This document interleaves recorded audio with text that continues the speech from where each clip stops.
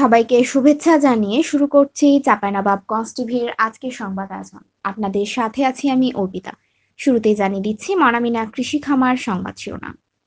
বাংলাদেশ স্কাউটসের medal of merit award পেয়েছেন চাঁপাইনবাবগঞ্জ জেলা প্রশাসক। শিবগঞ্জ উপজেলা স্বাস্থ্য কমপ্লেক্সের কোয়ার্টারে ৩৬ ভরি স্বর্ণ চুরি। এতক্ষণ শুনছিলেন শিরোনাম, এবারে বিস্তারিত।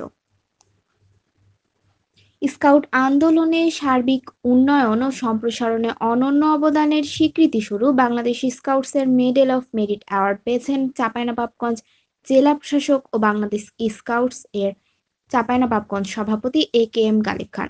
বাংলাদেশ স্কাউট চাঁপাইনবাবগঞ্জের সম্পাদক গোলাম রশিদ জানান, ৫২তম জাতীয় কাউন্সিলের সাধারণ সভায় সম্মানসূচক বাংলাদেশ স্কাউটসের মেডেল অফ মেরিট অ্যাওয়ার্ড প্রাপ্তদের নামের তালিকা প্রকাশ করা হয়েছে।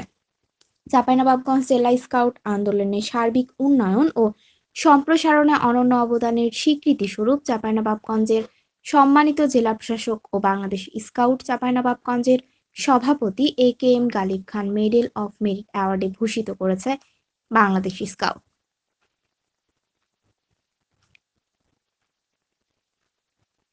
শিবগঞ্জ উপজেলা স্বাস্থ্য কমপ্লেক্সের কোয়ার্টারে মনিরুল ইসলাম ও সায়রা খাতুন দম্পতির বাসায় তালা ভেঙে সোমবার দিন দুপুরে ৩৬ ভরি স্বর্ণের গয়না চুরির ঘটনা ঘটেছে।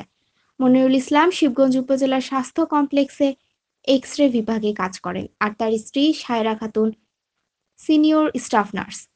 সোমবার বেলা ৯:৩০ থেকে ১১টার মধ্যে কোনো এক সময় এ চুরির ঘটনা ঘটেছে বলে ধারণা ভুক্তভোগী শিবগঞ্জ উপজেলা স্বাস্থ্য কমপ্লেক্সের সিনিয়র স্টাফ নার্স সায়রা খাতুনের।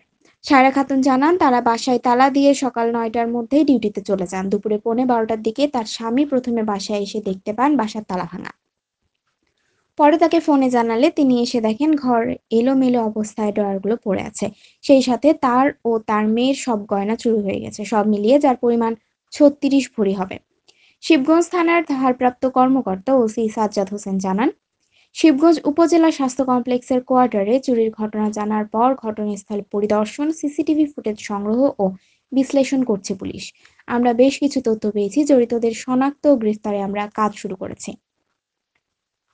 আজ এখানেই শেষ করছি চাঁপাইনবাবগঞ্জ টিভির সংবাদ আয়োজন। নিয়মিত আপডেট পেতে সাবস্ক্রাইব করুন চাঁপাইনবাবগঞ্জ টিভির ইউটিউব চ্যানেল।